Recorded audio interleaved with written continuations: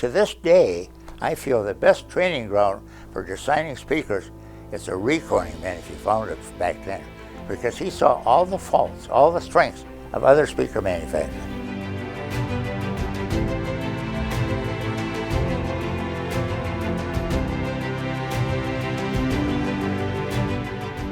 My father was Clifford Digre. My mother was Bernice Hoverston. My mother took my father's name, and so it was Clifford and Bernice Digre are the founders of MISCO. One of my father's favorite expressions was, find a way or make one. The values that they had, one of them is trust. Trust in each other, and then building trust with everybody they did business with.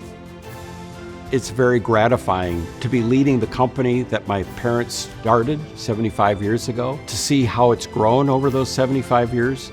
But also, I'm very, very proud and I'm very excited about the future of MISCO and where it's going from here.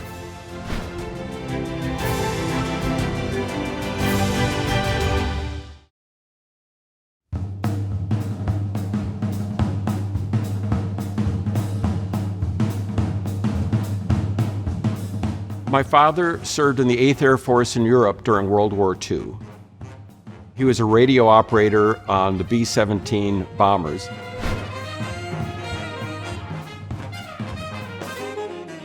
While he was at school, a radio that they had gotten as a wedding gift started to sound scratchy. And he lost my dad's speaker, and then when he found it, he didn't do a very good job of repairing it. And I concluded right then, he needs competition. And so that's how I started Minneapolis Speaker Reconing Company. In many ways, my mother was my dad's first customer because it was her radio that her parents had given them. We still have the radio at MISCO, and the speaker my dad fixed still works 75 years later. He did a very good job.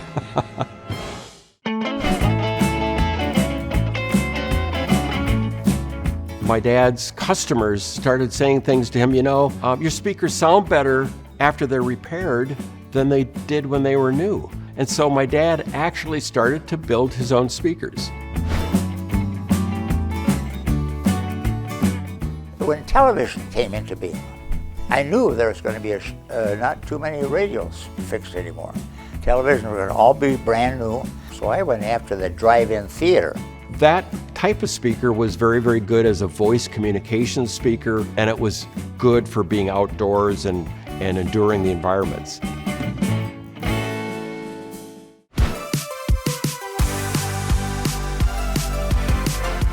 Once MISCO moved into OEM manufacturing, that really changed the nature of the business and really allowed MISCO to grow. It moved us more into a wide variety of markets: medical equipment, deeper into aerospace, deeper into military products, professional audio, commercial audio, a wide range of loudspeaker products. From then, things have just boomed. In 2001, we built a new factory in South Minneapolis. The new facility expanded our capacity to build more speakers, and it also started us in the direction of building a facility that was customized for the kind of work we were doing for companies. We were approached by one of our customers to supply amplifiers so that we could provide them an entire audio system of speakers, enclosed speakers, and amplifiers, but also greatly expanded the opportunities that MISCO could pursue. It was important for us because it allowed us to help a customer create an entire audio system for them to put into their product. In 2015, we acquired Workwin Labs. That instantly allowed us to do a lot of very, very sophisticated test and measurements for our customers, and also to provide test and measurement services for other companies. Because Oaktron had been the designers of the loudspeakers for the International Space Station, that gave us the opportunity to help NASA develop the loudspeakers that would go on to the Orion spacecraft.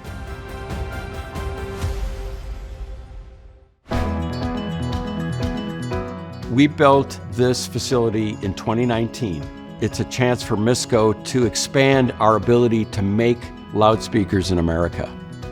This larger, very, very customized facility. It allows us to do test and measurement.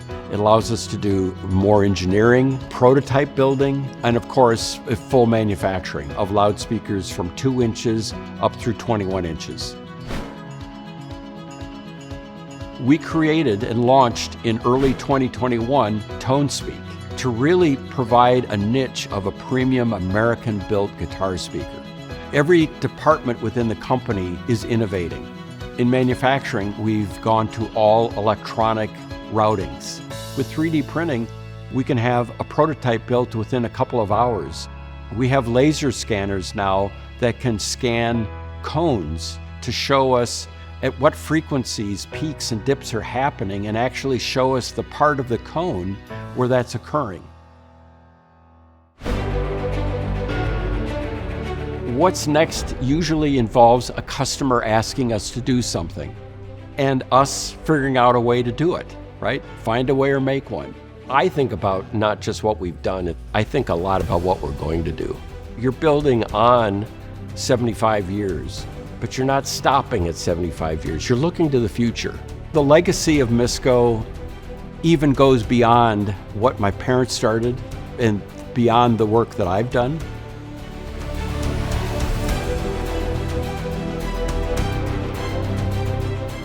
It's a lot. Yeah, you do a lot in 75 years, don't you? A lot of history here, a lot of history.